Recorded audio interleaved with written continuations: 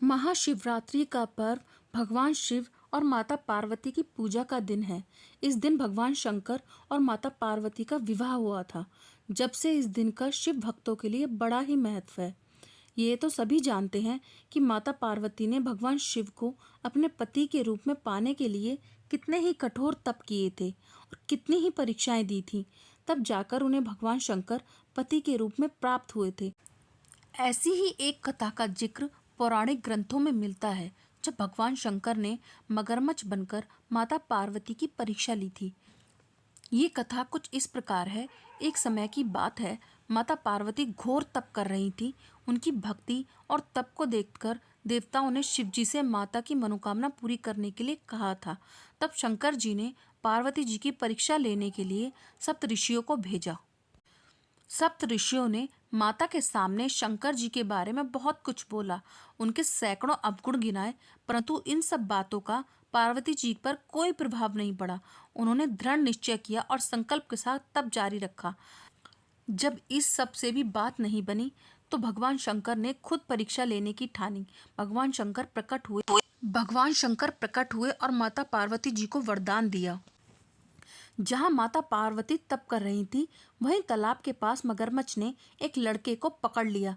लड़का अपने आप को बचाने के लिए शोर मचा रहा था। जैसे ही माता को लड़के की आवाज सुनाई दी, वह उसकी ओर भागी। उन्होंने देखा मगरमच्छ लड़के को तालाब के भीतर खींच रहा था। तभी लड़के ने माता को देखा और लड़के ने देवी से कहा, मेरी ना तो माँ है, ना बाप, ना कोई मित्र। माता, आप मेरी रक्षा करें। पार्वती जी ने कहा, हे ग्रह, इस लड़के को छोड़ दो। मगरमच्छ बोला, दिन के छठे प्रहर में जो मुझे मिलता है उसे मैं अपना आहार समझकर स्वीकार कर लेना मेरा नियम है। ब्रह्मदेव ने दिन के छठे प्रहर में इस लड़के को भेजा है, अब मैं इसे क्यों छोड़ूं? पार्वती जी ने विनती की, तुम इसे छोड़ दो, बदले में तुम्हें जो चाहिए वह मुझसे कहो। मगरमच्छ बोला, एक ही शर्त पर इसे छोड़ सकता हूँ। आपने तप करके महादेव जी से जो वरदान लिया है, यदि उस तप का फल मुझे दे दोगी तो मैं इसे छोड़ दूंगा। पार्वती जी तैयार हो गई।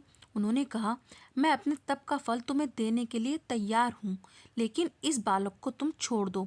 मगरमच्छ ने समझाया, सोच लो देवी, जोश में आकर संकल्प मत करो। हजारों वर्षों तक जैसा तप किया है वैसा देवताओं के लिए भी संभव नहीं।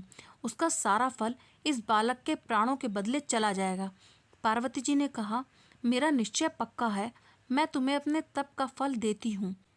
मगर बोला, हे पार्वती, देखो, तप के प्रभाव से मैं तेजस्वी बन गया हूँ। तुमने जीवन भर की पूंजी एक बालक के लिए व्यर्थ कर दी। अगर तुम चाहो तो मैं तुम्हें अब तुम्हारी भूल सुधारने का एक और मौका दे सकता। पार्वती जी ने कहा, हे ग्रह, तब तो मैं पुण्य कर सकती हूँ, किंतु यदि तुम इस लड़के को निगल जाते तो क्या इसका जीवन वापस मिल जाता? देखते ही देखते वह लड़का अदृश्य हो गया। मगरमच्छ भी लुप्त हो गया। पार्वती जी ने विचार किया कि मैंने तप तो दान कर दिया, अब पुनः तप प्रारंभ करती हूँ। माता पार्वती जी ने फिर से तप प्रारंभ करने का संकल्प लिया। यह देखकर भगवान शिव फिर से प्रकट हुए और उन्होंने पूछा कि देवी, अब आप क्या कर रही हो?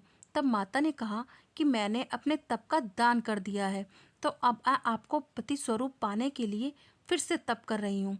महादेव जी ने कहा कि उस बालक और मगरमच्छ के रूप में मैं ही था। आपने अपने तप का दान मुझे ही किया है। मैं तो बस आपकी परीक्षा ले रहा था कि तुम्हारा चित्त प्राणी मात्र के सुख दुख का अनुभव करता है या नहीं, इसलिए अभी तुम्हें पुण्य तप करने की आवश्यकता नहीं है। यह सब जानने के बाद देवी ने महादेव को प्रणाम कर प्रसन्न मन से विदा किया। ओम पार्वते पते नमः।